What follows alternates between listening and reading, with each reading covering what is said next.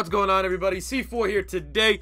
Finally getting through some college football, some post-game drinking after, oh my god, what a tease that Florida Gators team was. Started out, oh my god, our defense was bailing out. They were balling out. And then offense, man, we haven't had a good QB since Tebow, and it's fucking depressing. I'm sick and tired as a Gator fan watching, tremendous defensive units. A, not have an offense to complement them to take this team as far as they can go, and B, getting made to look like shit because in the late third and in the fourth quarter they've been on the field for 2/3 of the game and they're exhausted with a Philadelphia Eagles Chip Kelly syndrome. I don't know. I'm recording this at halftime of the Florida State-Alabama game. That game looks pretty damn interesting so far. So hope you guys are all hyped about college football. As I said, I might be starting a podcast, or obviously there is the C4 podcast, but doing it weekly, talking about college football and hyping up NFL, if that does happen. Plenty to talk about in the realm of college football. Without further ado, the point of the video here today is to talk about the roster cuts, look at the final 53, and then try to analyze guys who have gotten cut from other teams that Philadelphia should look at bringing in, because they still have the 10 practice squad spots. I definitely think with the roster here, it's still fairly fluid. I think even down to the 53, a lot of these guys still are on the bubble, and now knowing who's available from other teams' roster cuts, we may be calling them and making some moves. So, looking first and foremost at the Philadelphia Eagles, the cuts. Josh Andrews is gone. Braun Brooks is gone. Billy Brown is gone. Tight end Billy Brown, I think he'll probably come back. Practice squad, he was impressive. Don Cherry, linebacker's gone. He might come back. Winston Craig gone. Rashard Davis gone. Anthony Denham gone. Dane Evans gone. Carlos Fields gone. Nate Jerry is cut. I think he'll be back practice squad. We have Dylan Gordon, who we'll talk about a little bit later. Darrell Green might come back.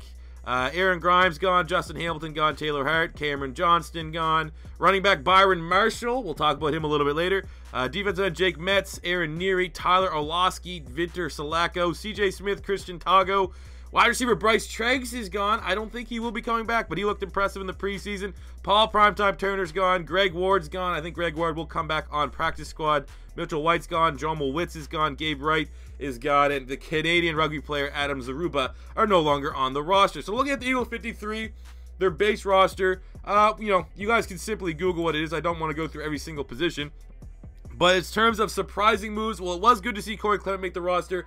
It was surprising to see Donnell Pumphrey make the roster. I thought Donnell Pumphrey, they were going to pull like a throw him on IR kind of thing, which it looks like they're doing with Alex McAllister. So they're just going to have him IR again this year, get him back in and retain him for another season. I think that should be the case with Donnell Pumphrey because he does not look ready whatsoever for this damn roster. Looking at the wide receivers, Shelton Gibson making the roster definitely is somewhat interesting. I mean, I liked Gibson in college. Hell, I even mocked him to the Philadelphia Eagles in my final mock draft. But I would definitely say from all reports from camp, and from what I saw in preseason, he probably should go on the practice squad. But maybe there's a chance he might get picked up. Marcus Johnson made the roster. That was nice to see. But outside of that, no surprises. Tight ends were easy. Offensive linemen were pretty much as expected. Defensive line looks pretty much how I would figure. Outside of, I thought, even though I like Destiny Valle, I thought my boy McAllister would make it, but clearly they wanted more depth in the inside, which I can completely understand. Linebacking core looks good. We got Joe Walker, Najee Hill, Camus Grugier-Hill, who was a special teamer. Man, I like this guy in the preseason. He was laying the lumber. He's a big-time hitter. I like to see that, as is Joe Walker. Outside of that, obviously, no surprises. Looking at the secondary, Dexter McDougal and Patrick Robinson both making the roster is kind of damn surprising. We got Darby Mills and Douglas, who you knew were going to make it. Sidney Jones going on IR, whatever the fuck they're doing with them.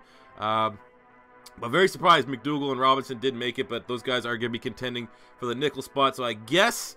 safeties, nothing surprising there with the safeties and specialists, obviously outside of the Magic Man being cut. It is Sturridge and Caleb Sturgis, and Donnie Jones. So that being said, there's nothing really to get upset about. The only thing that, would be a hot topic would have been if Corey Clement did make the roster and Pumphrey did. And I say that as a guy that, man, I'm not gonna lie, I wasn't impressed with Corey Clement. Really his final year in college, and I wasn't impressed with his combine. And so many people got hype about him because he's a local kid and stuff. And I was saying, like, man, just tone down your expectations. But I've been pleasantly surprised, and I'm definitely starting the mantra, the reputation that he's like a mini Arian Foster. The way Corey Clement plays, I just see Arian Foster while he's with the Houston Texans. I don't know why I see that. Maybe it's just because he's not an athletic back, but he has good vision. It's like one of those things, like, how are you getting positive yardage on these runs? You're not explosive. Doesn't make sense. But Clement looked pretty damn good. But I also think what is good is for me to look at cuts around the league. I've come up with a list of 10 players that the Philadelphia Eagles should look at bringing in. I'm going to say looking at this list, I mean, There's 3 guys I would bring in personally. 2 that I think we absolutely should do. 1 is just more of a personal preference and a cap thing. But number 10 is Jerry McNichols, the running back for the Tampa Bay Buccaneers. Obviously, we get to see him a little bit more in depth on the Hard Knocks because the Bucs are on the Hard Knocks, and he didn't look so hot in there. But again, I was a big fan of Jerry McNichols at Boise State, and he did look not bad during the preseason games. I think he had one really bad one. I think it was game 3. But I like Jerry McNichols, and over, right now I'd say, it'd be interesting over Pumphrey. I don't know how practice squad works, if we can try to bring him in on our practice squad, but I do like Jerry McNichols. Number 9 is Alex Collins, the running back from Seattle. Very impressive at Arkansas. Surprised that he got cut, but they do have plenty of depth there, plenty of faces in the backfield for the Seattle Seahawks. So I think a guy like Alex Collins again could be intriguing. I mean, coming out of college, I rated Alex Collins higher than Wendell Smallwood, and a lot of people are saying Smallwood might have a low-key chance to be the lead back in this backfield at some point. So there is some talent there, maybe worth bringing in to see what he can do.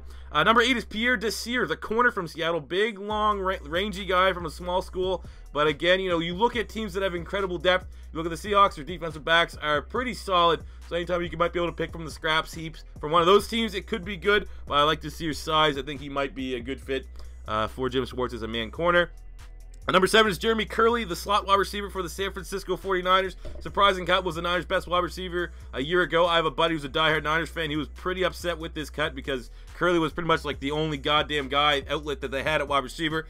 So, for a slot wide receiver, and you look at the Philadelphia Eagles, we don't have a proven slot wide receiver. Aguilar's slated to be there, but there's nothing proven about him. Hollins is the kind of guy that's going to be outside. Torrey Smith outside, Alshon outside. So I still think that slot wide receiver spot could be up for contention. And I think a guy like Kerley could be interesting, bringing in a little bit of a veteran presence. And I would say, looking at our wide receivers, I definitely would rather Kerley than Shelton Gibson. Have Gibson go on the practice squad. Going number 6, it's going to be Joe Callahan, the quarterback for the Green Bay Packers. We all saw in that preseason game against the Packers, man, Callahan was a beast.